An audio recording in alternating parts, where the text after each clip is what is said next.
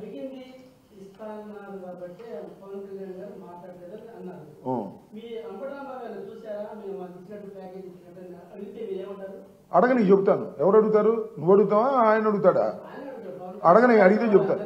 అడిగితే సాక్ష్యాధారాలతో కూడా చెప్తాను. అడిగితే ఆయన అడగమను, సాక్ష్యాధారాలతో కూడా చెప్తాను. పవన్ కళ్యాణ్ చేసిన వ్యాఖ్యల మీద సనాతన ధర్మాన్ని కాపాడుతున్నానని చెప్తున్నారు. అయితే ఇక్కడ ముస్లింకి క్రిస్టియన్లకి వ్యతిరేకంగా మాట్లాడారు. దీన్ని ముస్లిం సమాజంలో క్రిస్టియన్ సమాజంలో నేను దాని జోలికి వెళ్ళడం లేదు. ఆయన సనాతన ధర్మాన్ని కాపాడటం కాదు ఆయనకి కావలసింది. ఆయనకి చంద్రబాబు ధర్మాన్ని కాపాడటమే ఆయన ప్రధాన ధ్యేయంగా పెట్టుకున్నాడు అనేది మాత్రం చాలా స్పష్టంగా చెప్పదలుచుకున్నాను. ముస్లిం మనోభావాలు దెబ్బతిన్నాయండి, ఇక్కడ క్రిస్టియన్ మనోభావాలు దెబ్బతిన్నాయి. వైసీపీ ఏమవుతుంది? ఈ దెబ్బతింటే వాటి గురించి మాట్లాడేవాళ్ళు మాట్లాడతారు. నేను తొందరపడొద్దు. ఇవాళ దీని వరకు నేను చెప్పాను. జగన్మోహన్ రెడ్డి గారి మీద బురదల్లేటటువంటి ఒక వికృతమైన కీడని చంద్రబాబు ఆడమంటే ఆడుతున్నాడు పవన్ కళ్యాణ్. అన్నీ వదిలేసి సిగ్గు ఎగ్గు అన్నీ వదిలేశాడు. ఏమనుకుంటారో జనం ఏమనుకుంటారో లేదు. తన నియోజకవర్గం గురించి పట్టించుకోడు. ఏది పడితే అది మాట్లాడతాడు. రామ ఏమన్నా అర్థం ఉందా? మాట్లాడడానికి ఏమైనా అర్థం ఉందా? ఒకసారి అది మాట్లాడతాడు, ఒకసారి ఇది మాట్లాడతాడు, ఒకసారి దిష్టి అంటాడు, ఒకసారి అది అంటాడు. ఏం మాట్లాడుతున్నాడో అర్థం కానటువంటి ఒక కన్ఫ్యూజన్ స్టేజ్ అనండి, గందరగోళం ఏమీ లేదు. ఆయన చెబుతాడు, ఈయన మాట్లాడతాడు. అందుకని నీకు బుర్ర నీ బుర్ర ఉపయోగించడం మానేశావు.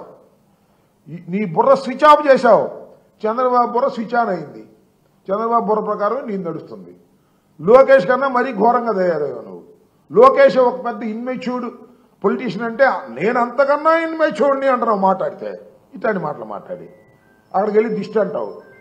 అరే ఈ రాష్ట్రంలో చంద్రబాబు నాయుడు గారి కుమారుడే కాదు ఇన్మెచ్యూర్డు, అంతకన్నా ఇన్మెచ్యూర్డ్ నేను ఉన్నానని చెప్తున్నాను. నువ్వు అంతకన్నా ఏమని చెప్పు, నాకు అర్థం కాలేదు. ఇప్పుడు ఏం మాట్లాడతావు ఎవరికి అర్థం కాదు. ఒక మాట మాట్లాడతావు, అది గందరగోళమైన పరిస్థితి తీసుకొస్తుంది. జగన్మోహన్ రెడ్డి గారు అంతసేపు మాట్లాడితే దానిలో ఏమీ పట్టుకోరా, ఇది ఒకటి పట్టుకుంటారు. దీనిలో అన్ని అడిగినాటికి సమాధానం చెప్పాయా పవన్ కళ్యాణ్ అంటే అడిగే సమాధానం. ఎన్ని ఘోరాలు జరుగుతున్నాయి, ఎన్ని అన్యాయాలు జరుగుతున్నాయి. ఒక పంట సరిగ్గా పండిందా? పంటకు ఇన్సూరెన్స్ ఉన్నాయా? పండిన పంటకు అసలు ఈ గిట్టుబాటు ధర ఉందా? ఎంత దుర్మార్గం.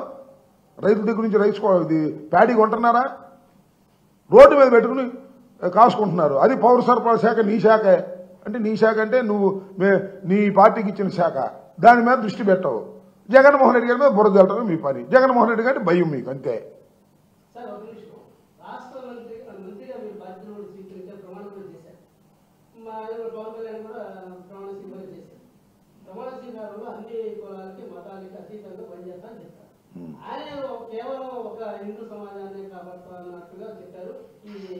ఇది నువ్వు రేపు అసలు ఇవాళ అట్లా మాట్లాడేవాడుకో, రేపు అది నేను అట్లా మాట్లాడేది అంటాడు. ఎందుకు వచ్చిన గొడవ?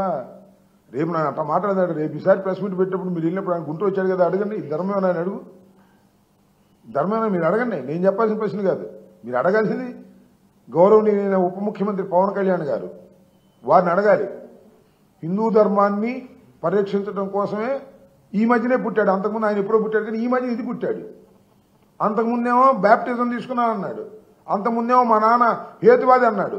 అంతకుముందేమో అసలు నేను చదువురా అన్నాడు. అడవుల్లోకి వెళ్తే గానీ ఆ రాజ్యం రాదన్నాడు, తుపాకి గొట్టం ద్వారానే అన్నాడు. ఇప్పుడు ఏమంటాడు ఏం తెలియదు బాబు, నీకు దండం పెడతాను. ఆయన ఇప్పుడు వీళ్ళు మాట్లాడా, మన దాని మీద నిలబడతానికి గ్యారంటీ లేదు. అది ఎవరిది?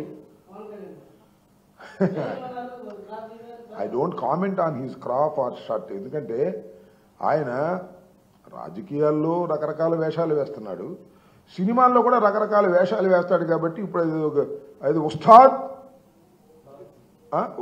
భగత్ సింగ్ అనే సినిమా షూటింగ్ ఉంది కాబట్టి దానికి తగ్గట్టుగా క్రాపు గ్రీపు చేసుకుంటున్నారు తప్ప దాన్ని నేను తప్పు పట్టవలసిన అవసరం లేదు. ఎందుకంటే దానికి తగ్గట్టుగా షేప్ కోసం అదే వేషంలో ఉంటాడు. ఆ ఉస్తాద్కు సంబంధించి ఉంటుంది. ఆయన శివన్ సినిమానో మరి అన్నాడు.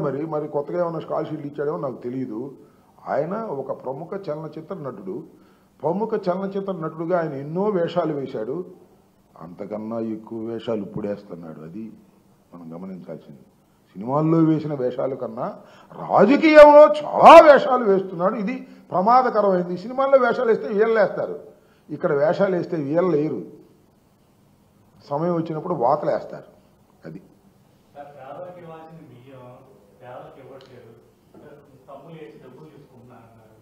వాళ్ళ కుటుంబం ఎమ్మెల్యేలే చూస్తున్నారు. ఏంటిది నాకు అర్థం కాదా? రేషన్ బియ్యం రేషన్ బియ్యం స్వామి, నేను ఇంతకు ముందు కూడా చెప్పా, మళ్ళా చెబుతున్నా. రేషన్ బియ్యం విషయంలో పవన్ కళ్యాణ్ గారు షిప్ను సీజ్ చేశారు, మీ అందరికి గుర్తుంది. అది సీజ్ కాలేదు. ఈ రాష్ట్రంలో పీడిఎస్ రైస్ టోటల్గా దళారుల చేతులకు వెళ్ళిపోయింది, పేదలకు వెళ్ళలేదు. ఇది పవన్ కళ్యాణ్ గారి దృష్టిలో కూడా ఉంది. ఆయన దీని గురించి అడగడు, పట్టించుకోడు. ఎందుకంటే ఆయన అడిగిందల్లా చంద్రబాబు ఇస్తున్నాడు కాబట్టి. ఇది నా సమాధానం. ఎక్కడన్నా అసలు పీడిఎస్ రైస్ అన్యాయం, అక్రమం.